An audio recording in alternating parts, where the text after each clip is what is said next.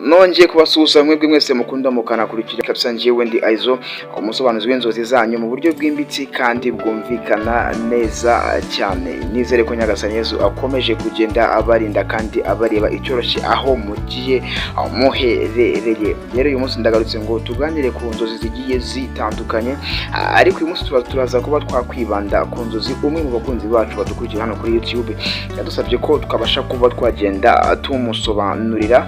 Gusa mbiseguraho kubera ko ku munsi w'ejo nta kiganiro mwabashije kuba mwabona, ariko uyu munsi kabisa naje kandi ngomba kwica amande nkabahereza inzozi mwari mukwiye kuba mwamenya. Izo nzozi nta zindi, umukunzi wacu ratwandikiye ngo yarose yambikwa impeta n'umuntu atazi, cyangwa se kurota wambikwa impeta n'umuntu utazi bishatse kuba byavuga iki? Ati rwose Aizo mfasha unsobanurire, nanjye nibwo buryo nahise mvuga ngo ngomba kuza nkahita mbinoza cyane ntatinze. Ese wigeze kurota wambikwa impeta n'umuntu utazi? Nimba byarakuba kurota wambikwa impeta n'umuntu utazi, ese ni urukundo? Ahubwo se byaba ari ubutumwa cyangwa ni ishusho y'ibyo utaramenya? Ibi ngibi ndetse n'ibindi byose uri kwibaza kuri izi nzozi, ariko tubisesengurire hamwe tumenye buri kimwe cyose ku bijyanye n'izi nzozi zo kurota wambikwa impeta n'umuntu utazi. Aizo umusobanuzi w'inzozi zanyu mu buryo bwimbitse kandi bwumvikana neza cyane. Reka mbwira abashyitsi ngo ni karibu cyane kandi mukomeze mukanda subscribe, ndetse namwe musanzwe muri abantu banjye cyangwa se muri abantu bacu, namwe mukomeze muri ibiganiro byacu kandi mu sharing bikomeze kugenda bigera kure cyane. Reka turebere hamwe ibisobanuro by'impeta mu nzozi.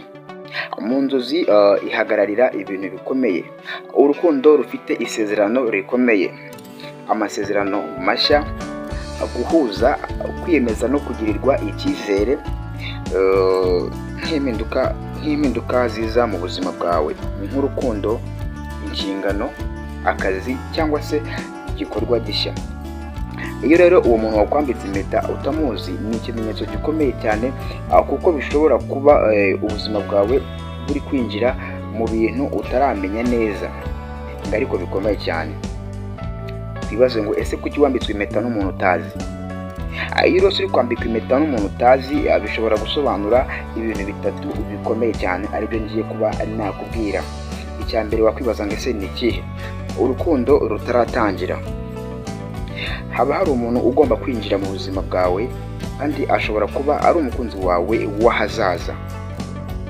Kuri kabiri, isezerano ry'Imana cyangwa se ubutumwa bw'umwuka. Imana cyangwa se umwuka wera uba waguha isezerano ritari ry'abantu rishobora kujya ku buzima bwawe, intego yawe cyangwa se impano yawe. Reka dukomeze kuri gatatu ngo guhinduka k'ubuzima bwawe. Izi nzozi cyangwa se izo nzozi zishobora kugaragaza ko hari igihe gishya ugiye kwinjiramo. Ubukuru bwaguka mu nzozi zawe, nko gutangira umushinga cyangwa se guhindura icyerekezo cy'ubuzima bwawe. Mbere yuko tugenda rero ku yindi ngingo idufasha kugenda dusobanukirwa izi nzozi zo kurota wambikwa impeta n'umuntu utazi, reka mbanze nkwibutse ngo gukanda subscribe ni ingenzi cyane kabisa hano kuri Gato Challenge TV, kugira ngo tujye dukomeza kugenda tubana mu biganiro byacu bya buri munsi. Kandi nkwibutsa ko mu cyanzu.com ariho hantu nk'aba content creator turimo tugenda tugurira ibikoresho bigiye bitandukanye cyane, harimo ama sound cards, ama microphone ya flash, ama stand ya telefone ndetse n'aya kamera n'ibindi byinshi bigiye bitandukanye. Ni ukuvuga ngo ikintu cyose mu content creator akenera mu cyanzu.com niho hantu turi kuba twabivana. Wakwibaza ngo ese ngo nimero zabo ngo ni izihe, ngo nabona gute? Ibyo biroroshye cyane.